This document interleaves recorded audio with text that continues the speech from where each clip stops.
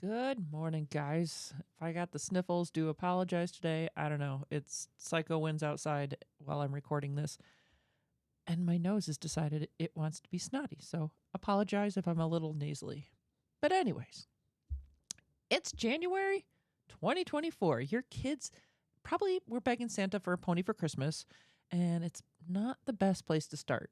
I mean, riding lessons, however, are a perfect introduction into the world of horses, much kinder to your bank account. So is horseback riding really a good thing to get your kid into? Yes. Horseback riding is so much more than a sport or a hobby. It is a way to connect with nature, to build confidence, improve mental and physical health. Riders often speak to the bond they have with their horse and the freedom they feel when astride. Parents, you guys you guys enjoy the discipline for its structure, for the riding lesson and the barn environment that it offers. My mom loved the fact that she never had to pester me about my posture because my riding instructor did that for her. I'm 6'2". Slouching as a teenager would have given me back problems at my excuse me age. Jokes aside, many of us get our first horseback riding experience on guided trail rides and while we're on vacation. But to ride a horse competitively requires skill and guidance and patience and practice. Taking lessons ensures that you build muscle and communication techniques correctly while prioritizing safety for both you and your mount. So, today I'm going to give you a guide on everything you need to know about starting your journey the right way because you're listening to Rochester Trail Riders.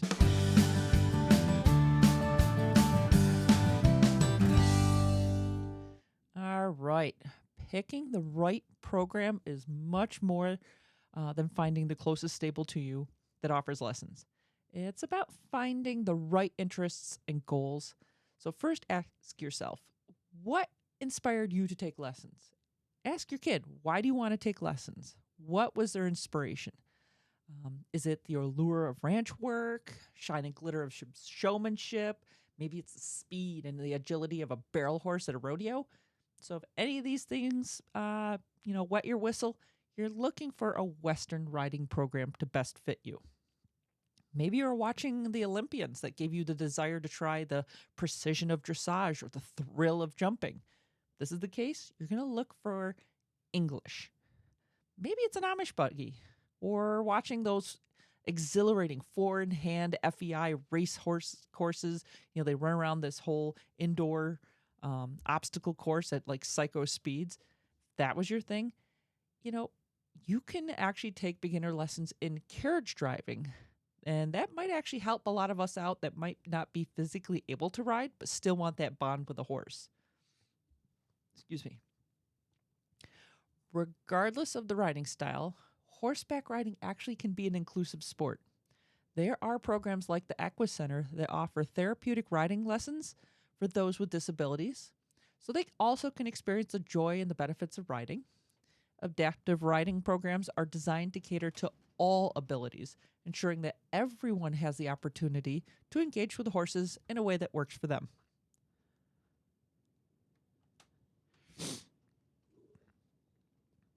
So now that you've picked out your discipline, it's time to find a stable that can offer a lesson program.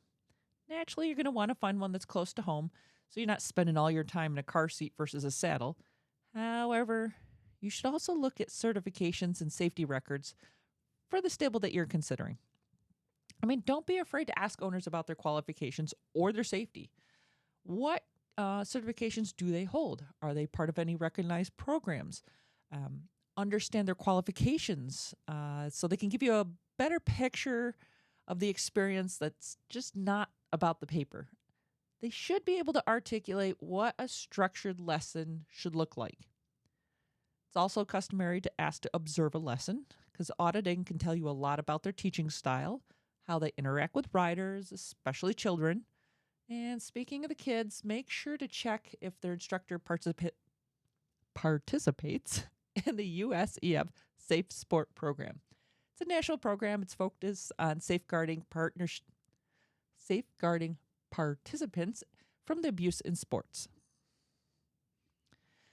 Ask the meet the lesson horses. See where their saddles and tag are kept. Trust your instincts. They're your silent partners in this choice. I mean, if something feels off, don't just go with, hey, this is the first place I looked. Go look elsewhere. Your confidence in the stable is paramount to your safety and how you're going to actually learn and what you're going to get out of this program. Riding lessons, they typically come in like a three-part structure. You're going to have a warm-up. You're going to have an actual like skills development and then a cool down. This is where it's good to ask instructors how their fee structure is set up. Some charge by the hour, others by the half hour. Hour-long lessons typically include the 15-minute warm-up, a middle section of your skills, which is about 30 minutes, and a 15-minute cool down. Your 30-minute fee structures, they're more catered to those that own their horse or maybe lease a horse. And that warm-up and cool down period is on your own. They are just focusing on the skills aspect of your lesson. Budget conscious folks. This is how I got my start, by the way. Look for farms that do group lessons. It's going to be a little lower in cost. And believe it or not, these might be particularly beneficial to those for beginners, where you get to observe a fellow rider executing that same skill and receive feedback from the trainer, but you're watching versus doing, and that can really help you out if you're that type of learner. Beginners, you should learn just as much during the warm-up and cool-down phases, during your tack-up and untacking sessions. Understanding proper horse handling, health, safety during these periods are just as important. Good instructors are not going to make you just a good rider, but a good horseman. All right. So while the riding stable you choose is going to offer things like the horse, the saddle, the tack, the arena, the insurance, etc., in the cost of your lessons, there are some aspects of safety gear that you're going to need to invest in. Helmets. These are non-negotiable safety standards and are must for anybody under the age of 18 or just starting out. These are your trusty brain buckets, and they can range wildly in price. Your best bet is to hit up your local tack store or farm store and find one that fits your head and your budget. It might be tempting to buy used, but don't. Helmets should be replaced every 5 years or after a fall. A used helmet might already come broken or fatigued, and it's just not worth the risk. And then there's boots. Yep, these are the foundation of every riding attire. The purpose of the boot is to have at least a 1-inch heel, which will help prevent your foot from sliding through the stirrup. Soles should have a good grip. There should be a shank to prevent fatigue while you're balancing yourself on the ball of your foot. Cowboy boots, paddock boots, tall boots, these are all good options. Western riders for leg wear typically ride in jeans and cowboy boots. Their saddles are a little more forgiving on the seam wear of jeans, while an English saddle can rub. If you're going to ride English, it's good to invest in tights or breeches. This will give you like a legging. A breech is a legging that has no inner seam against your leg, between your leg and the saddle.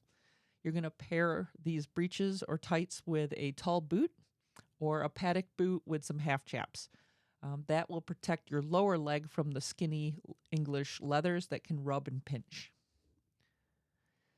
So safety vests are not typically an item you're seeing in beginner lessons, but are something to consider, especially if you're learning to jump.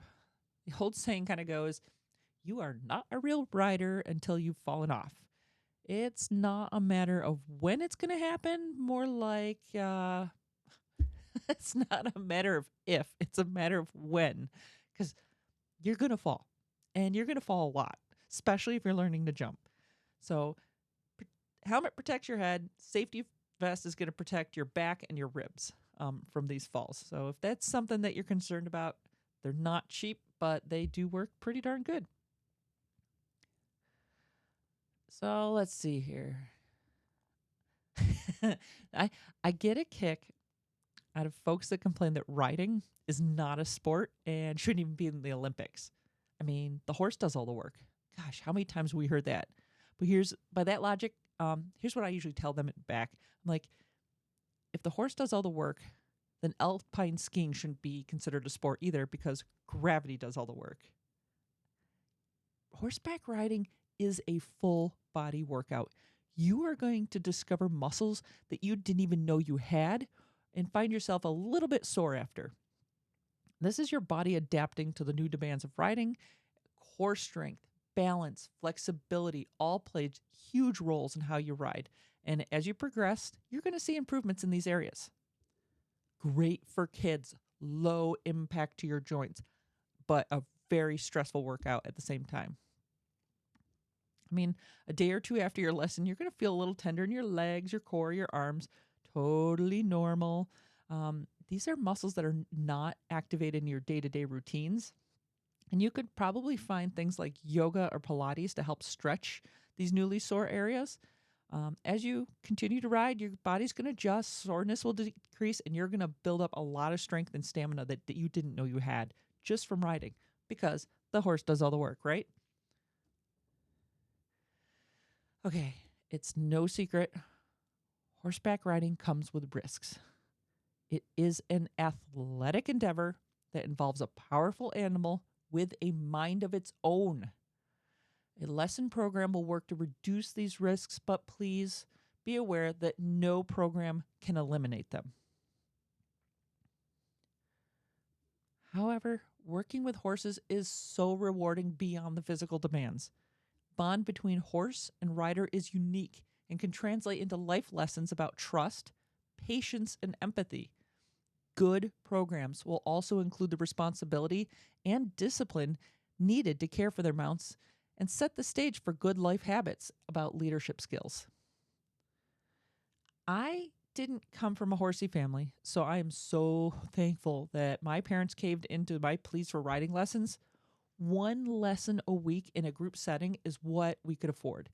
And that hour at the barn taught me life lessons about school, taught me life lessons that no school could ever even achieve about leadership, empathy, determination when faced with challenge, and the grace in both victory and loss.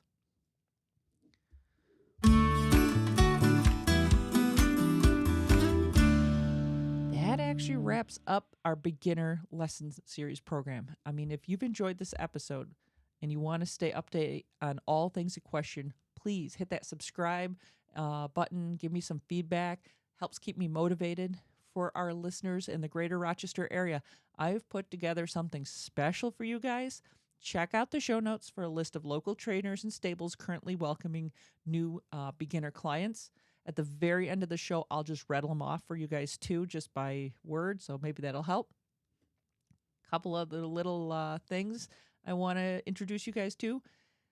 I have set up a ton of different challenges for Rochester for you guys to get out and on the trail. I have our typical trail series that we do. I'm running this one in a quarterly, so there will be a winter, spring, summer, fall, and then a year-end total. Winter is open now. You can work to get 25 activities. I don't care if it's riding, grooming, teaching your horse tricks, whatever you are doing 25 times throughout the winter months. Hang out with your horse, record what you did. Anybody who signs up for this challenge is going to get a big, huge ribbon that I've been working on designing. If you're also part of this challenge, we'll see how many folks are in there. You finish it, I'll put you all in a big pool, and we'll do door prizes for some bigger prizes to give out on that challenge as well. As I said, it's going to be a winter, spring, summer, fall event, so this is the winter series.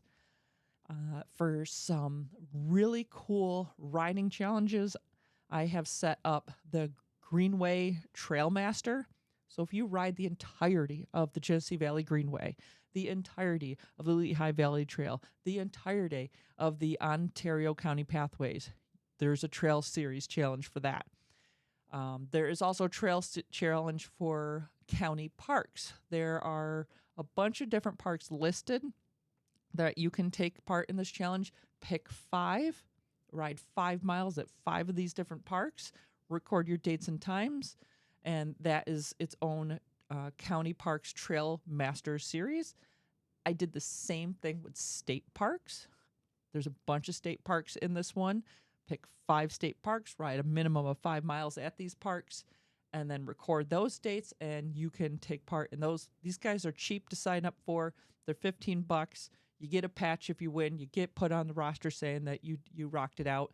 The only thing that I am asking folks to do above and beyond this is to make sure you do the Leave No Trace certification course. Totally free, online, takes about 10-15 minutes to do, but I will be asking for your Leave No Trace certification ID to make sure you did that, because I want to make sure that as we use the trails available to us as horse owners, that we work really hard to minimize our impact on the environment and to make sure that the trail is of high enough quality and that we promote being good trail stewards and environmentalists.